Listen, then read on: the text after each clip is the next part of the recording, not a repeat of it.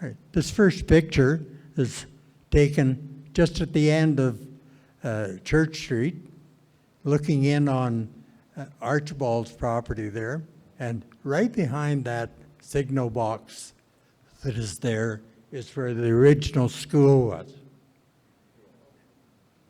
And there's a flag back in behind there.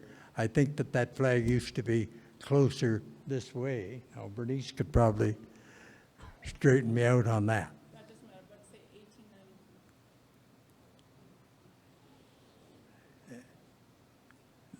1890. Most of the years that I went to school, this is how the kids came to school, in the vans. In the summer, they were on wheels, but in winter, they were on sleighs and pulled in. And, you know, we didn't get days off when it stormed. Sometimes that happens now, if you didn't notice. Okay, this is taken on the highway, and it's looking north. And I want you to use your imagination a bit. If we go back to the time that the school was built, or when Elm Creek started, this road wasn't there, nor were any of those poles. And as you look to the north, there's sort of a ridge, and that ridge ran to the northwest, and that was how people came in from out near Wingham. They came in on that ridge. The rest was pretty much a swamp. Now, if we move ahead, up just behind Moz, this is taken again from the highway, there's a hollow in behind there, and that was the old creek bed. The creek used to run through there and then across to the north and in behind those houses that are north of number 2 highway. And it ran out to the east. And east of town was pretty much a swamp. This was the edge of Lake Agassiz. And the part on the hill was part of the beach. And the rest was all flooded. Okay, this is where? We diverted the creek. Oh yeah, this is where the creek was diverted, and it they turned it to the north, right where the bridge is, up by Moz, and it went north. And they dug that ditch to the north by having a dredge on pontoons or on a boat of some kind, and they dug that ditch for 9 miles north, and then it turned and went to the east and eventually into the LaSalle River. We made a mistake on this one. We had this pictured as being the station that was out east of town on piles, but it was not. The one that was on piles was just a boxcar. And the train used to run from Headingley out across and then through Elm Creek, and it turned south and went to Carmen. And people would get off at Elm Creek and wait for the train to go to Carmen and back. And it was a matter of 4 or 5 hours that it took for them to go to Carmen and then back. And they complained bitterly about the station that they had to stay in. That other station that was back, just one picture, was moved from Carmen. And they moved it and set it up where the Y is in the track. This is the new station. That's not the best picture of it, but it shows an old car in front of it. But that was a big station, and it had hardwood floors, and the station agent had teenage children, and my aunt told me that when she went to school, the kids had to have a dance in the station every Saturday night. And so I don't know whether CPR do that, but it happened. There, that's a much better picture of the station. It was a beautiful old building. And the train would come in and they'd unload the stuff that was for the Elm Creek on that trolley there, and they'd put it inside and people would come pick it up. All the supplies for Elm Creek at that time coming in.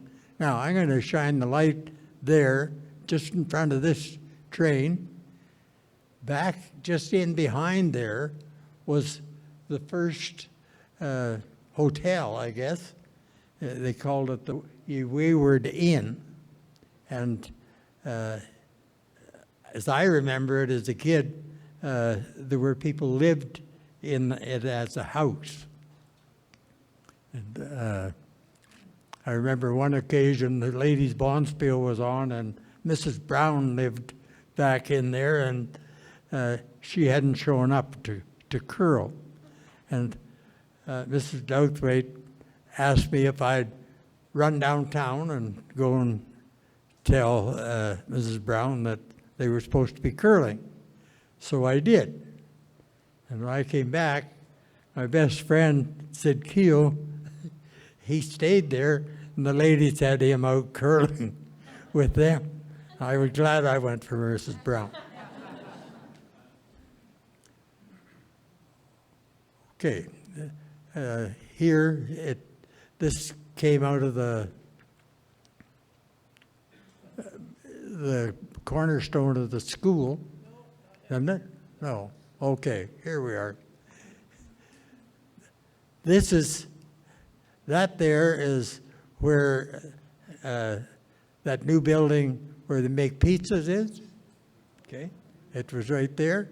And going north from there down to the hotel on Main Street, that building there was a bank, Union Bank, either the Union Bank or the Bank of Hamilton. There were 3 banks in Elm Creek at that time. Guess how many we have now? Okay, and there was living quarters upstairs in that bank. It burned down. Later on, there's a building down here by the hotel, and it got moved down here. They pulled it down with the Caterpillar tractor and parked there, and it burned. In 1950, the year of the flood in Winnipeg, and the snow was so deep, and we had no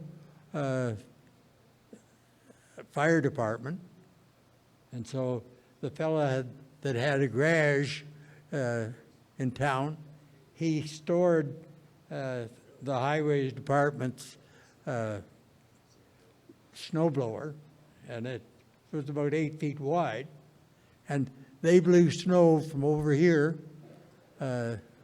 along the east side along Panzer Park, and they saved all the buildings from there down through, and they had emptied all of these buildings from the drugstore right down to Skinner's store. Okay. All right, this is at the end of that street. There's the pool room that got moved. But here is the hotel, and next to it was that pool room, and then Teshier's garage. Look at the old cars. He had a car dealership, and he also was the tinsmith. And next door to it was the Chinese restaurant. And I'll tell you, there was a family in town that was the most respected of anyone in town. And they were really tied to Elm Creek. When we had, this was up to a few years ago when the fall supper was held. One of the Chinese girls lived in Winnipeg, and another one in Victoria, and the one in Victoria used to fly home to Elm Creek or to Winnipeg and then come out to the fall supper every year. You know, that's the kind of tie that this community's had on people. Okay, from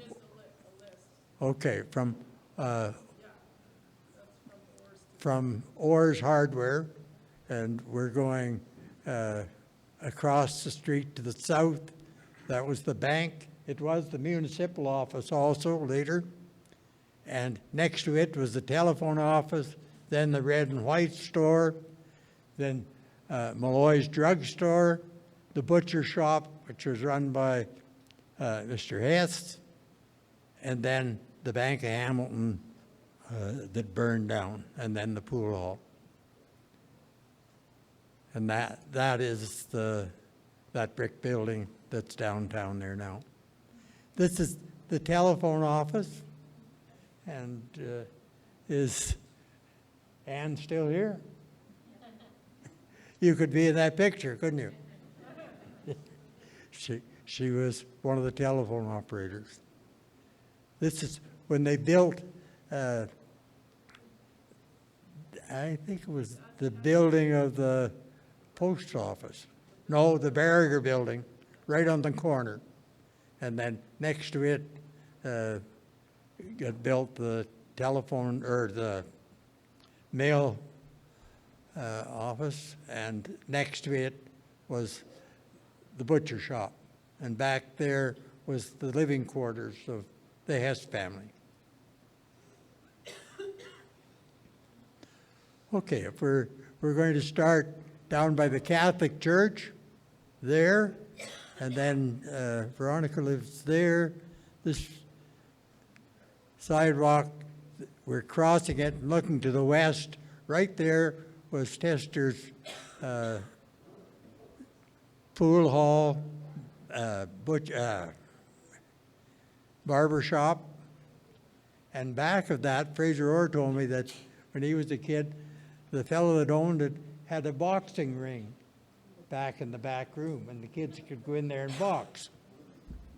Next to it, as you moved that way, was the harness shop, and later it was the home of the Nogler family, and next to it was the blacksmith shop. And past the blacksmith shop, right where there's a lane there now, and just to the west side of it was the old post office. And next to it was a dress shop. Mrs. Watchorn lived upstairs there, and later on it became a pool room, and it burned down. And the funny thing about it, the pool room on the corner that burned down had the same fellow looking after it as that one. And he was a crippled fellow.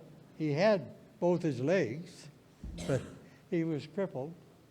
And they had a Booker heater, and he wasn't able to carry the ashes out, so he put them in a tub in there. And the wooden floor, the coals from the furnace or the Booker heater went down through the bottom of the tub that he had the ashes in, and both places burned the same way.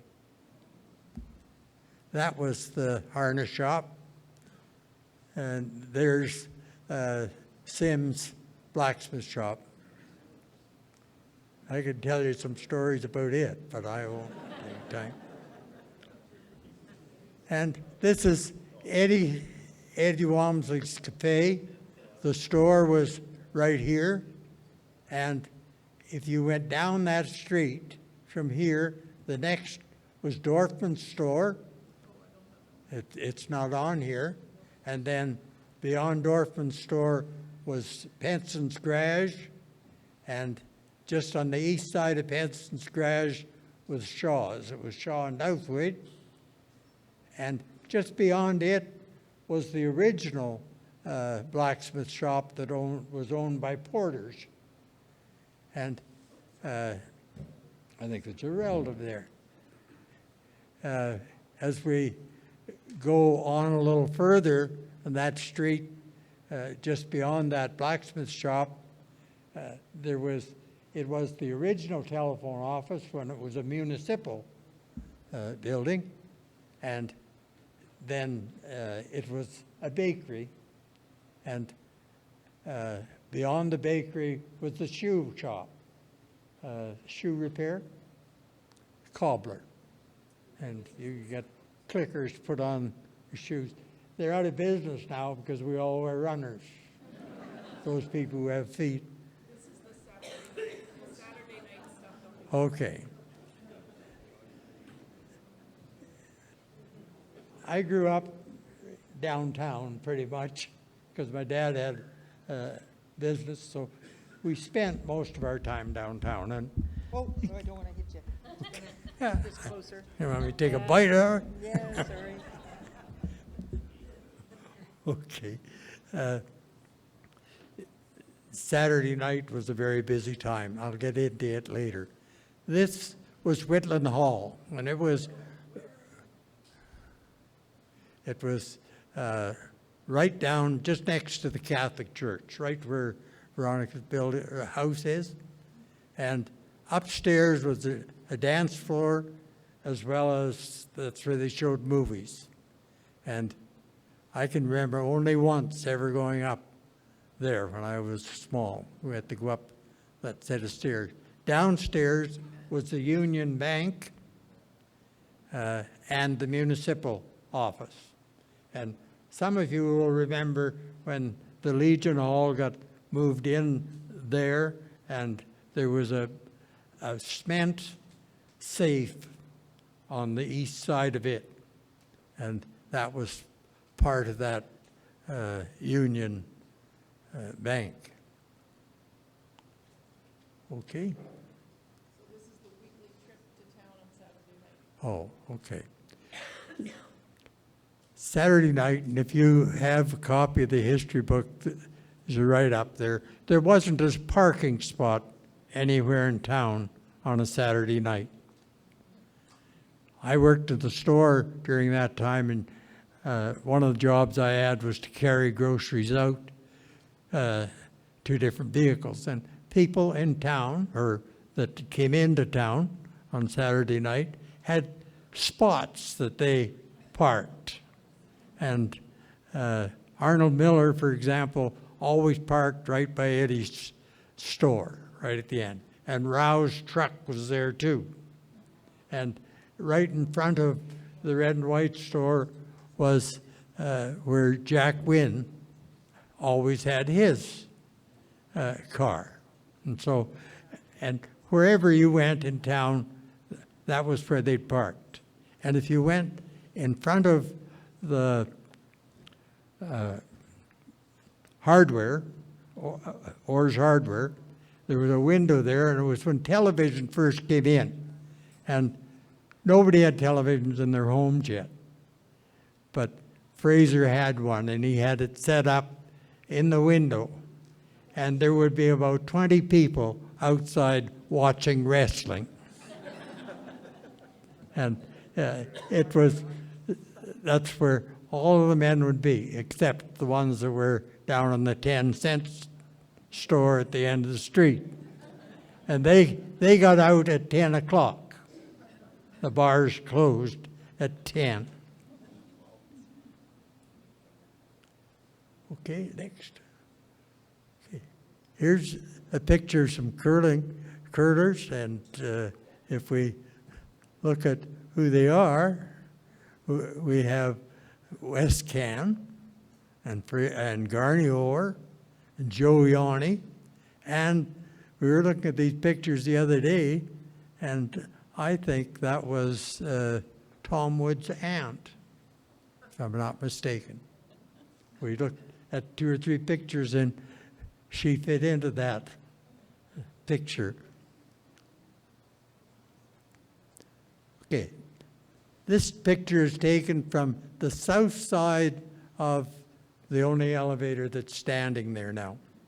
And this was the stockyard. Guys would drive their cattle into town and they'd put them into that stockyard, and then they'd be loaded onto a cattle car on the railway and shipped off to Winnipeg to the canneries. Here's a picture of trucks going into the elevators, and you notice who's getting the business. It's Poole there on the other side of this one. That's the Patterson elevator. And Patterson's seemed to be more interested in selling coal at the time, because that was their coal shed. Here, you're starting at the end of Main Street. This is, who lives there now? Pardon? Oh, Harris's lived right in there. There's a house, but this is the Beaver Lumber. And the history of the Beaver Lumber, it started out with A.R. Stevens, who is the great-grandfather of Don Stevens in Fanistel. And then they sold out to Shaw's, and Shaw's sold to Corona Lumber, I believe, and Corona Lumber to Beaver Lumber. And so they had a hardware store and lumber yard. Where are we now? Where the co-op is, where Massey Harrison, North Star Oil. Oh, okay. Yeah, this is the present co-op store. That's where my dad had his shop. He had the Massey business there and an oil shed behind. And they burned down in 1953. And there were empty barrels in the oil shed. And there was a big tree in behind there. It was a cottonwood. You know how tall they are. Well, the empty barrels would blow up and they'd go as high or higher than the tree. You know, there'd be a boom and up they'd go, and they'd land out. Everybody had to stay back so they didn't get to that. Coming down that street, there's the United Church. That's the second church. It started as the Presbyterian Church, and then it was moved up to where Ron Polson lives now as a garage, and this church was built in the early 60s. This is the doctor's office. It's farther west, and it was built in the 40s, I guess. But it was a municipal doctor that worked there. The municipality hired a doctor, and they would come in, and they had rights in the Carmen Hospital. If you had your tonsils out, they'd take you to Carmen, and they'd take them out there. And just on the west side of that, where Carol Fifi's house was, there was a flour mill. Farmers would bring in a bag of wheat, and it would get ground up. And the fellow that owned it got killed with a saw blade that came loose in the yard there. Okay. Now we're... This is the vet Okay. hospital and Yeah, okay. I'm going to start here and work that way. All right. The house is still there on the corner, right at the end of Church Street and Elm Creek Road. And you'll see just in the top of that part of the building there, you can see there's sort of a trellis type of thing going across. That house is still there. This one is gone. It was right on the corner, but that one is still there. That's cans. And there's a barn there. And here is the livery barn. And it was not only a livery barn, but it was the veterinary hospital. We had a vet in town. This is taken from the old school, and it's a picture of the Anglican Church. And it is still there. It's part of a residence now. And over behind it was a barn. And this was all garden. And where the Masonic Hall was right there. And that belonged to Mr. Can. And he built a honey house there. And then the lodge bought it and they converted it. There's the old school. And this is just the first half of it. The cornerstone was right there, right in the end. The entrance to the school was on the east side. And if you look down that lane that goes back behind Rick Tkachik's, excuse me, it's where the entrance of the school was. And for those of us who went to school after it had been extended, this was the staff room up here, and it was changed. There wasn't an entrance there, but there was an entrance right here to go down into the basement for the janitor. You wanted to talk about the cornerstone, what was in the cornerstone? Okay. That cornerstone was taken out when they moved, when they tore the old school down. And there was some remarkable stuff in there that they had put in. And the lady that wrote the comments on what the town was like and all of the businesses that were there and all the people that were there for the opening of that school. But in it, she said, and she finished up by saying, "We give you our right hand across the century or across the years. We hope that, or we wish that you were here now to benefit from the low price of land." Wouldn't she be shocked today? It was being sold for $15 to $30. If it were developed, it were $30 an acre. Well, that's changed. But I can remember in the 50s when one of the Petco boys bought a farm east of Culross, and I think he paid something like $50 an acre, and everybody thought he was crazy. You know, no land was worth $50 an acre. I think it's up in over $5,000 now per acre. Quite a difference. But the imagination of that lady to be able to project into the future that far and have that to say about it.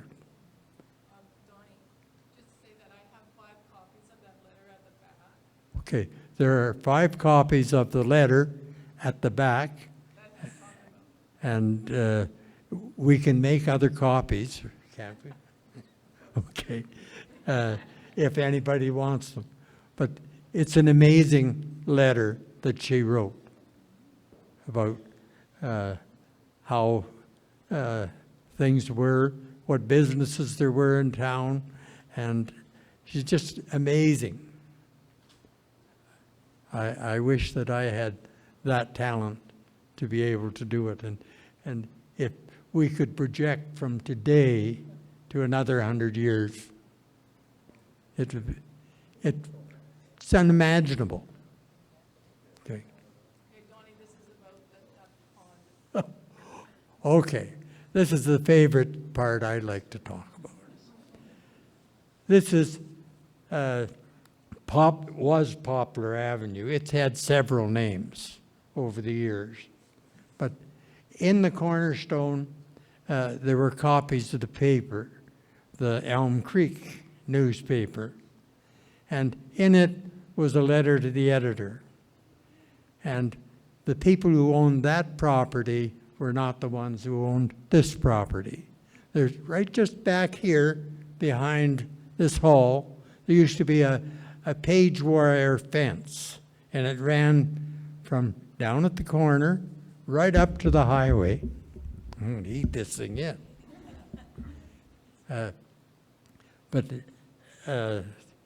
That belonged to the Red River Land Company, and they wanted to develop that.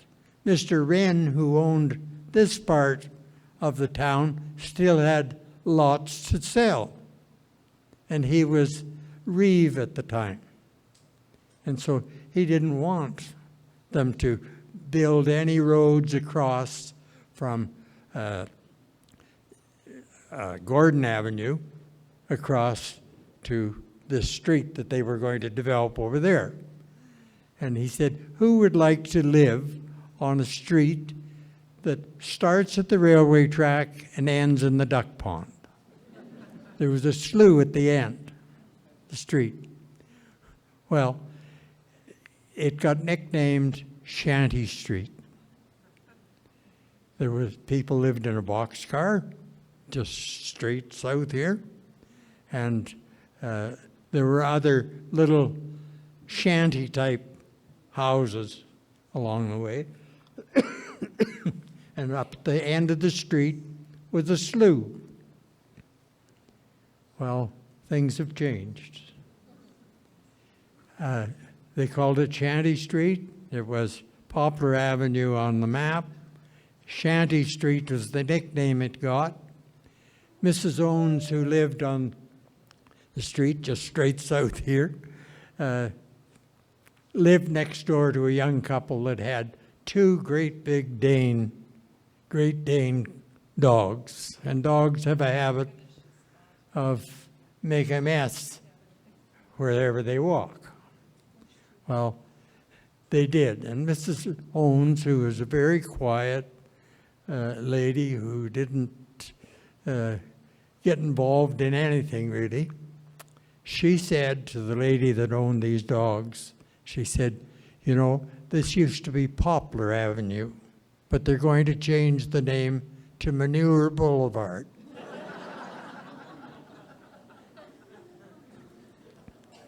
Well, if you travel up that street now, it's no longer Manure Boulevard or Poplar Avenue, it's Mortgage Heights. You know, we have a beautiful church, a whole bunch of new houses up there, and who wouldn't want to live on that street today? That's it. That's you. Okay. Okay, I'll give you a chance. As you can see, I cut him off several times. Donnie and I have probably talked at least 30 or 40 hours, so you guys got, you know, just a few minutes of that. He has so much history to share, so you can see my last line. It's like, if you want to learn some more, this is the guy to come and visit, and he loves to chat, and we have great conversations together. You can see here that we are very thankful. We have Alex who's been videoing this. We will be posting it, and I also have this presentation that we're also going to be posting on the Elm Creek thing. We have this book is the book that he refers to a lot of times, so many of you have it. I don't know if you can find them anymore. We did inquire if anybody wants one, we can, you know, get copies made. I have made 5 copies of the Saturday night write-up from here, and I also have made copies of the letter that was written that was put in the cornerstone. They're at the back, and there's a few other memorabilia things at the back corner close to where all of those land maps are. We are so excited that we're able to celebrate with Donnie today, and thank you so very, very much for coming. Please stay and visit and say hello. He would love to chat with you some more. Do you want to say something else? I'd just like to ask the farmers if you thought that 25 acres was a bumper crop, or 25 bushel per acre. Because that's what the lady had to say in her letter, that they were expecting a bumper crop, 25 bushels the acre. That's a failure here, isn't it?